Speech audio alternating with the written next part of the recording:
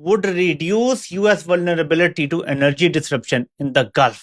Important.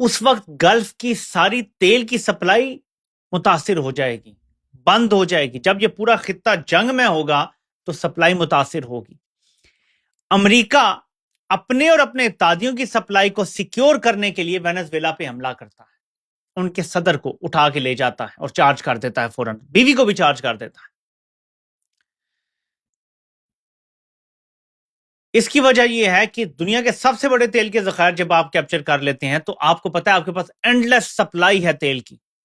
اب اگر آپ ایران کو بھی جھونک دیتے ہیں آگ میں، پوری مشرق وسطیٰ کو جنگ میں دھکیل دیتے ہیں اور یہاں سرحدیں بڑھتی جاتی ہیں ایک ملک کی، تو کوئی ڈسرپشن نہیں ہوگی عالمی نظام میں، جو عالمی نظام یورپ اور امریکہ کے کنٹرول میں ہے۔ سمجھ رہے ہیں آپ بات کو؟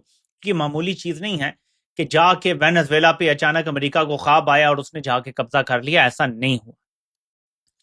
اب اس صورتحال کو تھوڑا سا مزید کھنگالتے ہیں۔ کہا یہ جا رہا ہے، بلکہ یہ ذرا دیکھیں، میں آپ کو بتاؤں صورتحال کتنی ڈینجرس ہے۔ یہ چین کا وفد وینزویلا کے صدر سے محض حملہ ہونے سے 2-3 گھنٹے پہلے مل رہا ہے ان کے صدارتی محل میں۔ یہ دیکھیں، یہ چین کا وفد آیا ہے اور ان کی ملاقات زبردست جا رہی تھی۔ چین کا وفد ابھی وینزویلا میں ہی ہے تو امریکہ نے یہ کارروائی کر کے اور صدر اور ان کی اہلیہ کو اٹھا لیا۔ اس سے پہلے ہوگو شاویز تھا اور اس کے بعد یہ آیا۔ اب مسئلہ کیا ہے؟ مسئلہ یہ ہے کہ جب آپ امریکہ کو نہ بولتے ہیں تو آپ قائم نہیں رہ سکتے۔ یہ غلطی عمران خان کر کے دیکھ چکے ہیں۔ یہ برا شخص ہوتا تو امریکہ اس کے ساتھ کھڑا ہوتا، یہ امریکی مفادات کو تحفظ دیتا تو امریکہ اس کے ساتھ کھڑا ہوتا، لیکن اس نے امریکہ کو ایبسولوٹلی ناٹ بولنے کی جرت کی، وہی جو عمران خان نے کی تھی۔ چین کے ساتھ اپنے مراسم بڑھائے جب امریکہ نے منع کیا۔ امریکہ کو تیل کے ذخائر پہ کنٹرول چاہیے تھا، اس نے انکار کیا، بلکہ امریکی کمپنی کو نکال باہر کیا۔ یہ چیزیں ناقابل قبول ہیں امریکہ کے لیے۔ عمران خان نے بھی اڈے دینے سے انکار کیا، عمران خان نے بھی امریکی مفادات کا تحفظ کرنے سے انکار کیا، اور اس نے کہا میں پاکستان کے مفادات کا تحفظ کروں گا، تو عمران خان کو بھی جیل میں ڈلوا دیا گیا۔ اب ایگزیکٹلی یہی سکرپٹ چلا ہے وینزویلا میں۔ وینزویلا میں اتنا لمبا رجیم چینج آپریشن کروانا امریکہ افورڈ نہیں کر سکتا تھا، کیونکہ they are on a clock. Netanyahu نے ڈنڈا دیا ہوا ہے ٹرمپ کو، pardon me for my language, لیکن صورتحال ایسی ہی ہے کہ نیتن یاہو نے کہا ہوا ہے مجھے جلدی پڑی ہوئی ہے، آگ لگی ہوئی ہے، جلدی کرو، ایران کا ہم نے کام تمام کرنا ہے۔ وہ کرنے سے پہلے تیل کی سپلائی سیکیور کرنا ضروری تھا۔ اب یہ ہو جائے گی اگلے آنے والے چند ہفتوں میں۔ تیل کی یہ سپلائی سیکیور ہونے کے بعد اگلا نمبر ایران کا ہے۔ اسی لیے ایران کو یہ کنفرم انفارمیشن ہے، اور اسی لیے ایرانی سوشل میڈیا اور ان کا کچھ میڈیا بھی یہ کہہ رہا ہے کہ ہم پریمپٹیو سٹرائک بھی کر سکیں، جبکہ میں نہیں سمجھتا کہ ایران کبھی بھی پریمپٹیو سٹرائک کرے گا، مجھے نہیں لگتا۔ ایران نے ہمیشہ دفاعی پوزیشن لی ہے۔ پریمپٹیو سٹرائک کا تو مقصد ہے کہ خود ہی اپنے خلاف سب کو کھڑا کر لینا، کہ اگر ایران پہلے حملہ کرتا ہے تو پورے نیٹو نے حملہ کر دینا ان کے اوپر، کیونکہ ادھر سے ایک آرڈر آنا ہے جی ہم تو سارے آئیں گے، کیونکہ اسرائیل پہ حملہ، ہم سب پہ حملہ یوں کہہ دیں گے، ٹھیک ہے، پوری نیٹو نے آ جانا ہے، تو بڑا مشکل ہو جائے گا پھر، ٹھیک ہے۔ پاکستان کہاں کھڑا ہوگا اس پر بھی آتے ہیں، لیکن پہلے ذرا جائزہ لے لیں۔ ایک ڈیولپمنٹ ہوئی ہے جو آپ کو تھوڑی عجیب لگے گی۔ پاکستان کی ایئر فورس نے ایک میزائل کا تجربہ کیا ہے۔ میں آپ کو یہ ویڈیو دکھاتا ہوں، اس کو میں تھوڑا سا آگے کر کے چلاتا ہوں۔ یہ میزائل جا رہا ہے اور یہ میزائل کو جی یہ پھینکا گیا ہے اور یہ میزائل چل پڑا ہے، ٹھیک ہے جی۔ یہ دکھانا مقصد نہیں ہے، مجھے اس سے کوئی غرض نہیں ہے۔ یہ دیکھیں یہ میزائل سو کالڈ اپنے نشانے پر بھی لگ گیا ہے، لیکن میں آپ کو دکھانا چاہتا ہوں جو اس ویڈیو کا اینڈ ہے۔ ڈائریکٹر جنرل ایئر فورس کے پبلک ریلیشنز نے یہ پوسٹ کی ہے ویڈیو۔ اس سے پہلے ایسی ویڈیو صرف ISPR سے آتی تھی۔ اب ایئر فورس نے اپنے YouTube account, Instagram account, Facebook account, X account سب رکھے ہوئے ہیں، اور یہ انہوں نے ویڈیو پوسٹ کی ہے۔ This should tell you some thing کہ ایئر فورس اپنے آپ کو موجودہ ISPR اور کمپنی سے تھوڑا ڈسٹنس کر رہی ہے۔